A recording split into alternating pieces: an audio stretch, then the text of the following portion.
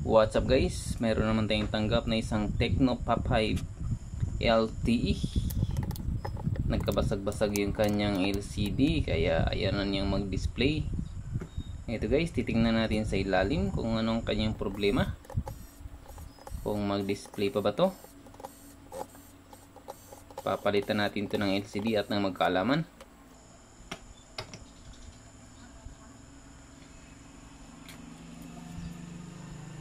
Siyempre tatanggalin muna natin yung kanyang mga screw.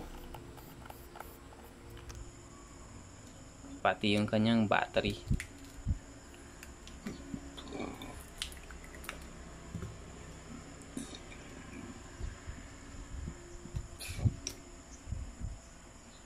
Ang may-ari pala ng cellphone na ito ay si Miss Maguindan. Ma'am, okay na po ito ang yung unit ma'am.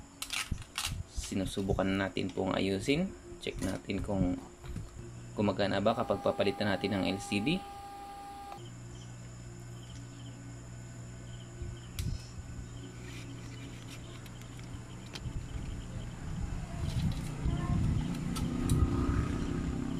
At ito na guys, natanggal na natin yung LCD. Linisin muna natin yung mga gilid-gilid para matanggal yung mga glue, para pag salpak natin ng LCD ay sampak na sampak guys.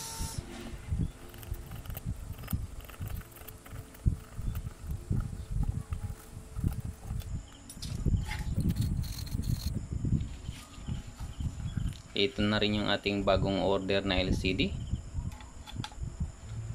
Subukan natin kung LCD nga ba talaga ang problema.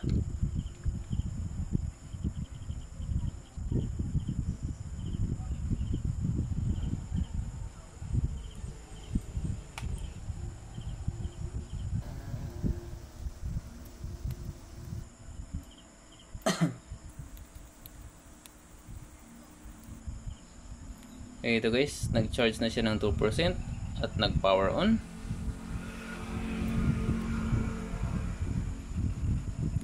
Ito makikita natin dito yung kanyang display pero hindi siya masyado makita kasi hindi natin ma-adjust yung kanyang brightness dahil may password. Kaya dahil na-check natin na okay na yung LCD, kaya ito guys, ipa-final na natin ito ngayon. Tatanggalin lang natin yung LCD at lalagyan natin ng pandikit para ma-finalize na natin.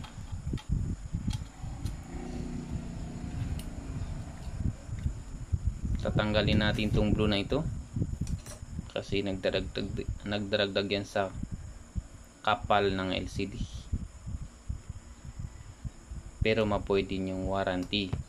Kapag natanggal natin yung mga blue tapos yung LCD is defective, hindi na natin siya masauli sa seller. Ibig sabihin na void na yung kanyang warranty. Lalagyan na natin ng pandikit.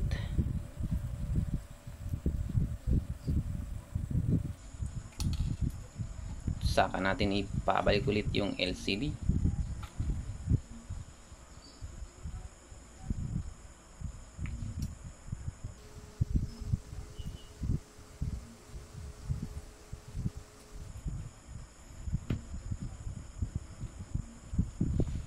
Dahan-dahan lang tayo dito sa LCD kasi kapag ganitong mga cellphone kailangan talaga ng doble ingat. Sensitive talaga yung mga electronics, lalong na itong cellphone. Yung LCD madaling masira, yung board madali din mag-grounded. Kunting hawak mo lang sa board, kapag nagkamali ka patay yung unit.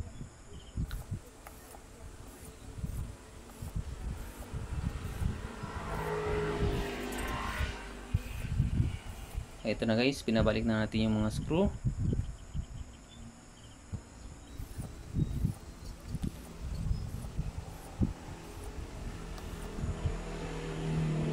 At ibinalik na rin natin yung kanyang cover.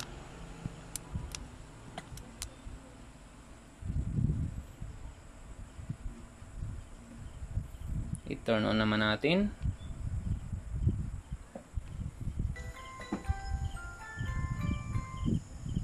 ito nag-turn on na siya at saka meron na siyang emergency. Okay na po yung LCD. Lalagyan na natin ng pandikit.